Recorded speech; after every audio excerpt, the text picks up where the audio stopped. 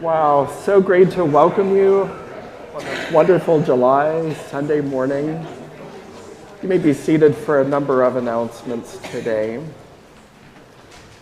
If you are new or visiting with us and not have yet to sign our guest book, please do so. It's located in the narthex.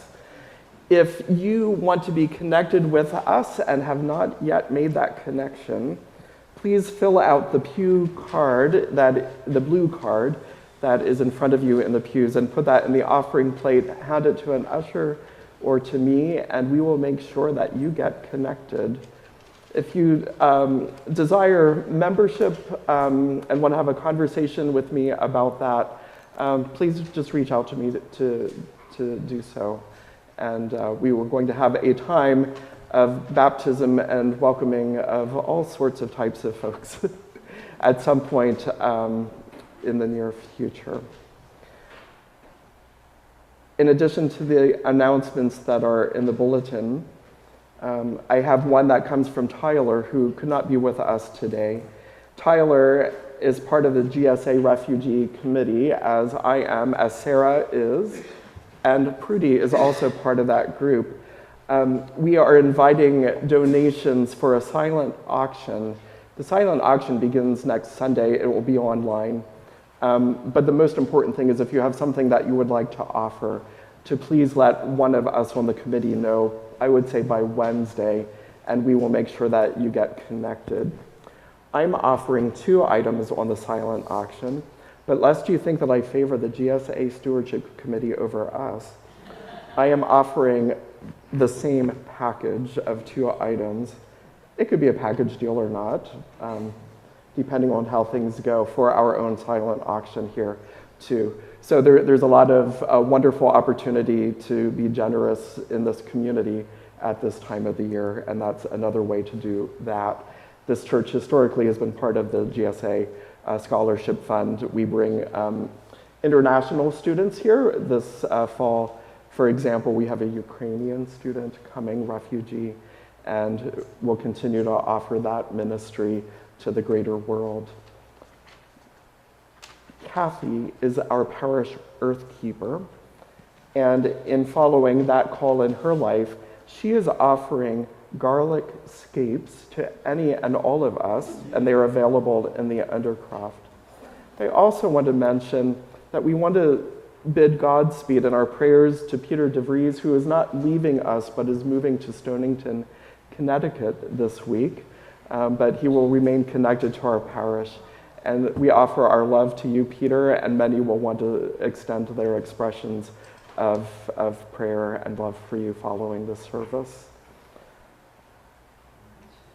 Lynn is going to come and share with us a bit about where we are with our coming fair.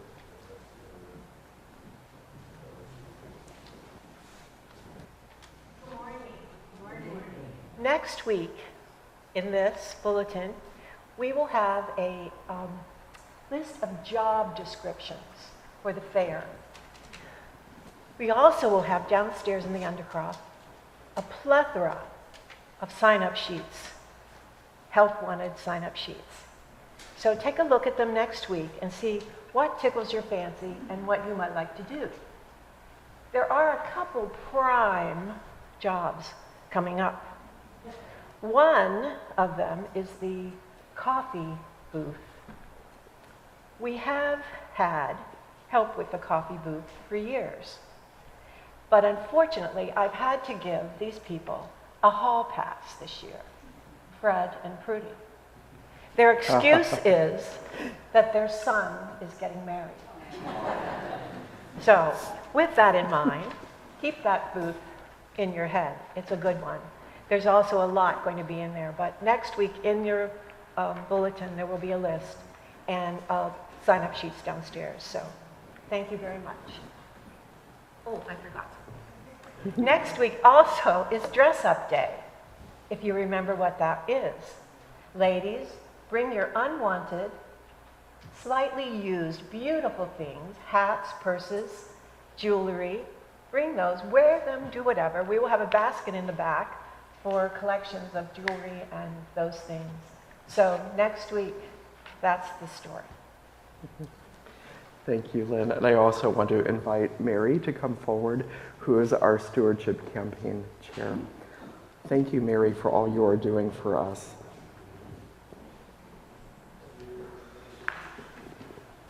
Behold, the congregation of St. Francis, the people of God.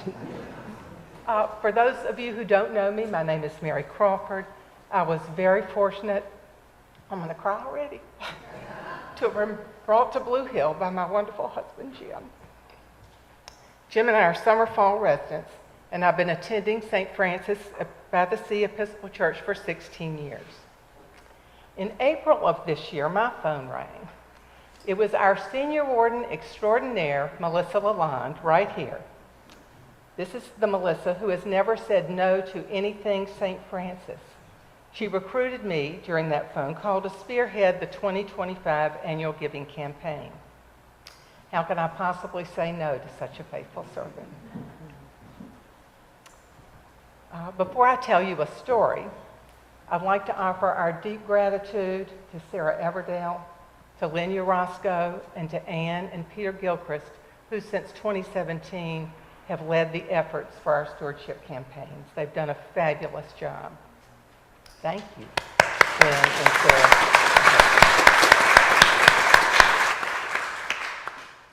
Some of you might know that my father was an Episcopal priest in the Diocese of North Carolina.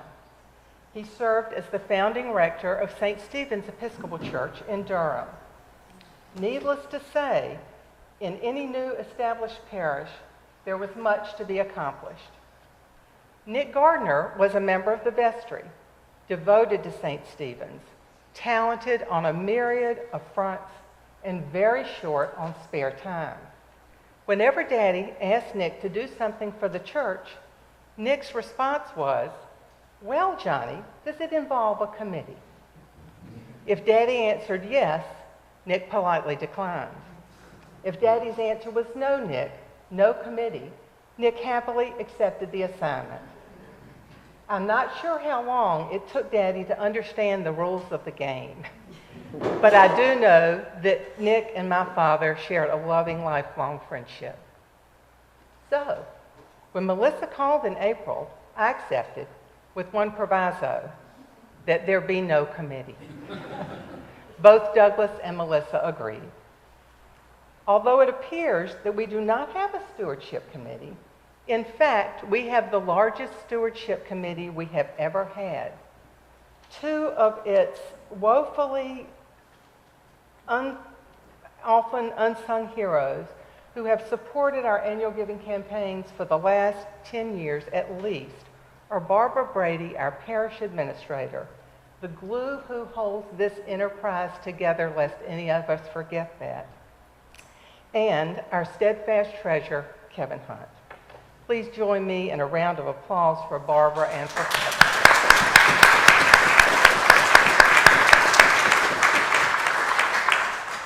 Additional members of the Stewardship Committee this year are our new and already beloved Rector Douglas. Thank you for making my job easier this morning. Each member of our illustrious and industrious vestry, and every single one of us, seen and unseen, members of the congregation and friends of St. Francis. Together, we constitute a committee of the whole, and it will take every single one of us to reach our 2025 goal of $225,000.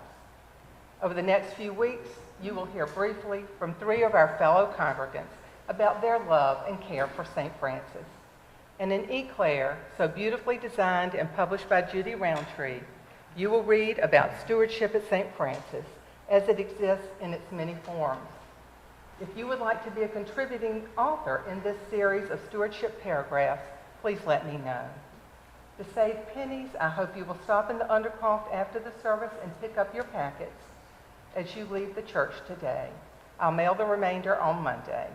The campaign will be short. There will be an in-gathering on August the 11th, and we'll wrap up with a celebration on September the 8th.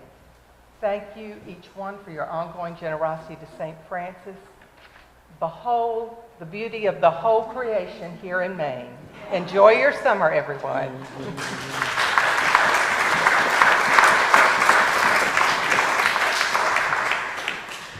Lastly, I want to mention next Sunday, our homilist will be somebody that we know and love from amongst us. The Reverend Tim Boggs will be our preacher next Sunday morning.